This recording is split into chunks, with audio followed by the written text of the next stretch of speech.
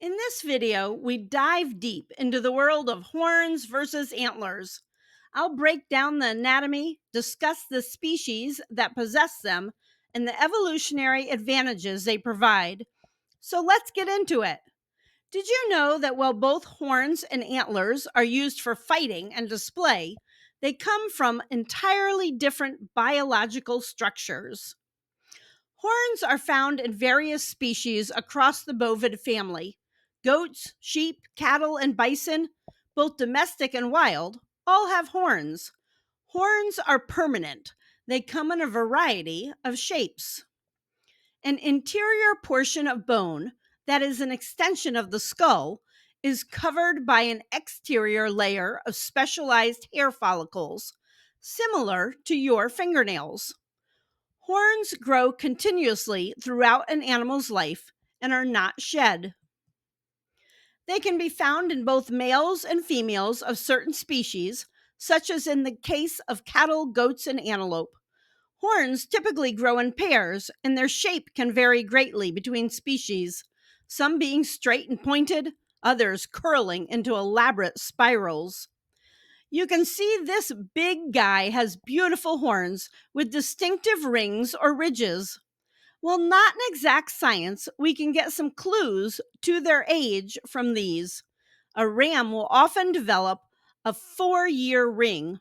This is the most predominant dark and discolored ring. 4 years old is when bighorn rams have matured enough to start battling for a mate. As they mature, the ring gaps become closer together. Horns can be broken or misshapen. Each horn has a continuous flow of blood beneath the hard sheath, so an injury like this can lead to death, not to mention being quite painful. Antlers, on the other hand, are made entirely of bone. They are a temporary feature, shed and regrown annually, which is the significant characteristic that distinguishes them from horns. Hey, wildlife friends, I'm Amy, the founder of Fox Run, an environmental nonprofit. My latest book on wildlife rehabilitation is out. This one is all about squirrels. Step-by-step instructions on how to rehab them, and a section on the natural history of many North American species. Also, if you are interested in the next level, I have started a Patreon page. Antlers are exclusive to members of the deer family. Deer, elk, and moose are well-known examples of animals with antlers. Antlers are typically found only on male members of the deer family, though there are exceptions, such as caribou, where both males and females can have antlers. During the growth phase, antlers are covered in a soft, furry skin known as velvet, which supplies blood to the growing bone. Once the antlers are fully developed, the velvet dries up and is rubbed off by the animal, leaving behind the hard bone structure we often associate as antlers. Antlers attach to the skull at a point called the pedicel, which is located between the eye and ear on the frontal bone. The antlers grow from the pedicel over a period of about 8 to 10 months, and when they are fully grown, they separate from the skull and fall off. The advantage of each are pretty fascinating. Horns provide a year-round defense mechanism against predators, and they're also used in battles for territory and mates. Antlers, on the other hand, help in attracting mates and can indicate the health and vitality of an individual.